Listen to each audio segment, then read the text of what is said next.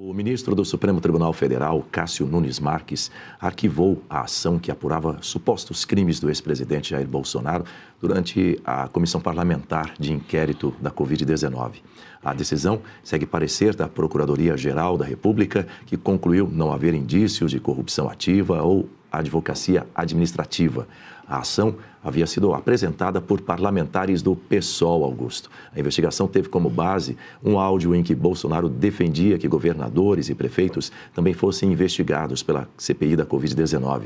Ao determinar o arquivamento, Nunes Marques afirmou que cabe à Procuradoria-Geral da República decidir se existem elementos para a abertura de investigações criminais. Diga, Augusto. Eu prefiro passar para o Piotr esse tema. Por favor, Piotr. Vamos lá. A decisão do Nunes Marques, aliás, falando de Nunes Marques, está com ele também aquele processo da revisão processual do presidente Bolsonaro, né? Poderia se manifestar diante de todos essas, abre aspas, novidades que vêm do ministro Alexandre de Moraes em relação, por exemplo, à carta lida pelo Flávio Bolsonaro, que a defesa já disse que foi sem autorização do presidente Bolsonaro, mas pouco importa como assim tudo que o Lula fez na prisão de Curitiba, comandou uma campanha de lá, o Haddad se fez de advogado dele para poder ter acesso e ir e voltava quantas vezes quisesse, sem ter a restrição que se tem hoje, né? O próprio juiz Sérgio Moro se manifestou sobre isso, dizendo que nunca tolheu os direitos do preso, não a liberdade, mas os direitos que o preso tem. No caso do Lula, que foi condenado por corrupção. E teve toda a possibilidade de se defender na primeira e na segunda instância, coisa que não foi permitida ao Bolsonaro, porque numa manobra do Supremo Tribunal Federal, ele foi julgado diretamente no Supremo Tribunal Federal por uma turma, ou seja, o caso todo é abusivo desde o começo. E agora vamos ver se pode ou se não pode o Bolsonaro divulgar uma carta ou não. Mas num processo em que ele foi preso da forma como foi, você já tem a árvore envenenada lá no começo. Mas pegando esse caso, veja só agora nós temos um desfecho. Essa ação do PSOL foi lá atrás. O quanto de dano isso já não trouxe à imagem do presidente Bolsonaro, que depois viria a ser candidato à reeleição. E agora vem um julgamento que vai lá, a Procuradoria não viu nada, então vai lá e se arquiva. Só que você já teve um dano político. Essa manifestação da justiça só comprova que todo mundo que tivesse o mínimo de bom senso à época já sabia. Aquilo não fazia o menor sentido. Mas o PSOL é o puxadinho do PT e foi de novo fazer esse tipo de acusação. Como vão fazer agora, de novo, em relação ao Flávio Bolsonaro ou a qualquer candidato da oposição, que por acaso ameace a pretensa hegemonia do Lula. Nós temos uma decisão da justiça que vem, digamos, completamente fora de prazo. Enfim, vai lá. Arquiva-se uma coisa que não deveria sequer ter existido. A justiça devia ter se manifestado lá atrás para, digamos, cortar o dano pela raiz. Agora o dano está feito, né? Quer complementar, Augusto? Diga. Agora que eu me informei sobre isso, devia ser preso o comando da CPI. Sim. CPI, o Renan Calheiros, um deles, lembra quando ele ele interrogando o Luciano Hang, vocês lembram que ele chamava o número 2 do regime nazista de Göring? O Göring.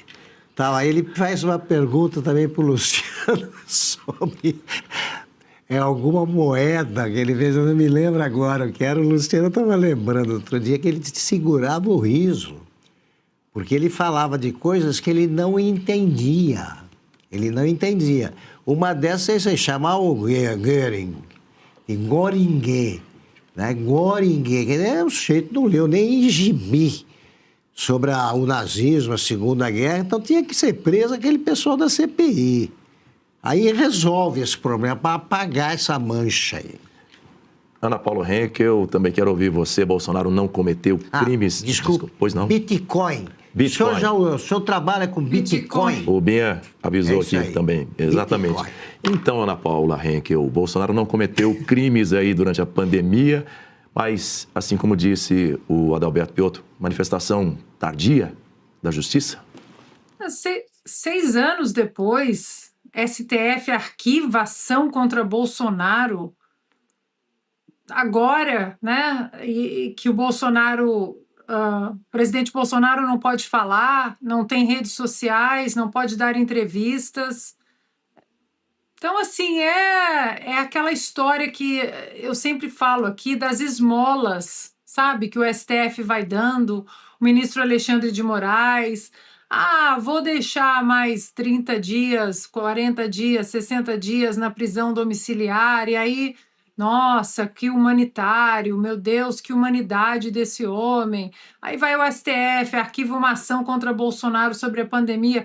Uma ação, aliás, Daniel, que na época Augusto e eu estávamos num programa juntos e falávamos diariamente sobre a CPI daquela Covid, e a gente trazia as maiores atrocidades ditas ali. A dona Janja estava falando, né, da misoginia.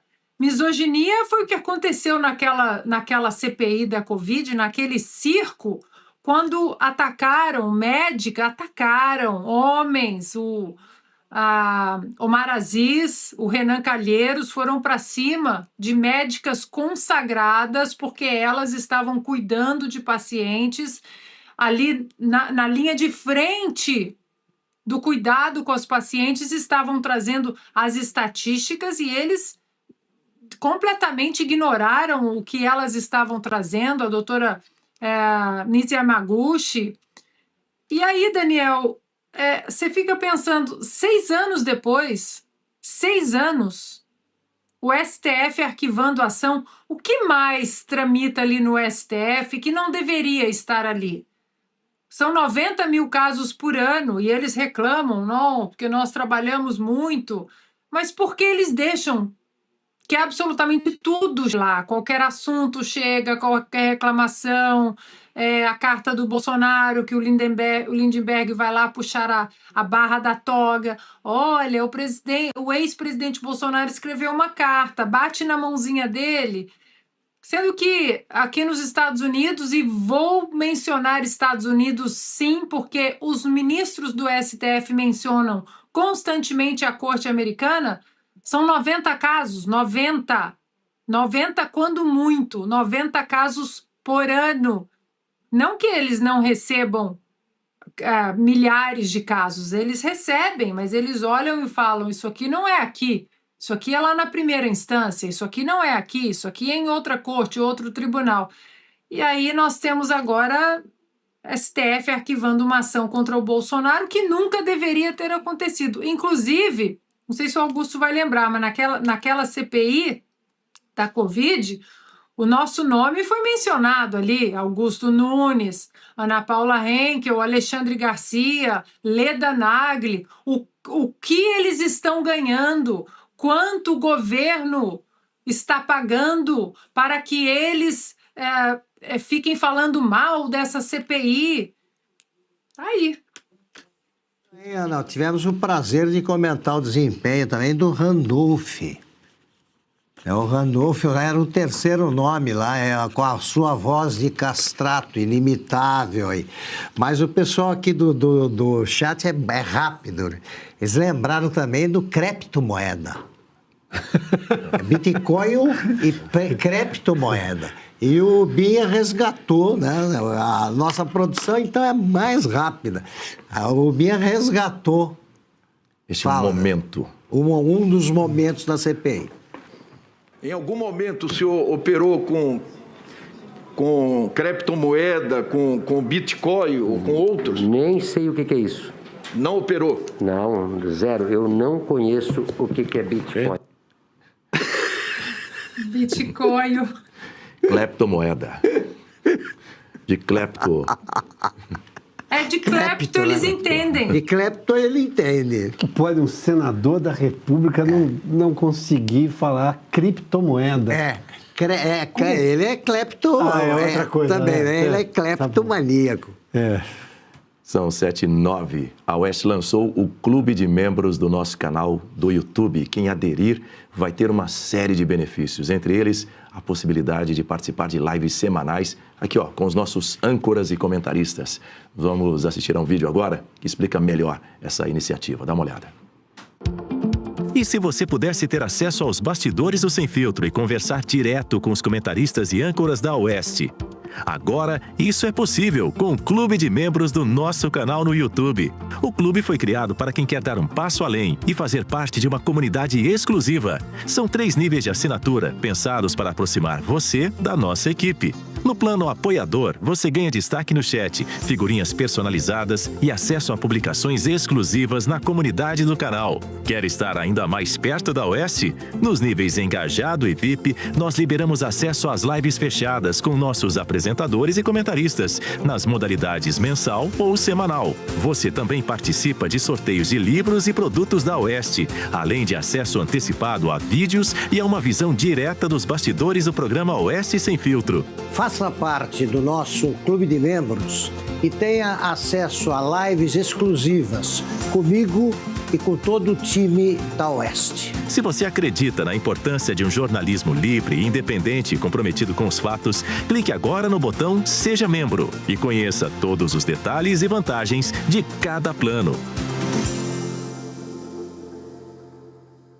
Gostou? Então, faz o seguinte, clique agora no botão Seja Membro, disponível no nosso canal no YouTube. Eu reforço que esses valores que você viu aí nesse vídeo são preços sugeridos pela Oeste, mas algumas lojas de aplicativos cobram valores adicionais próprios em cada assinatura. Então, uma dica, para pagar os menores valores, faz o seguinte, você assina preferencialmente pelo desktop aí no seu computador ou então por algum celular com sistema Android. Nós esperamos por vocês.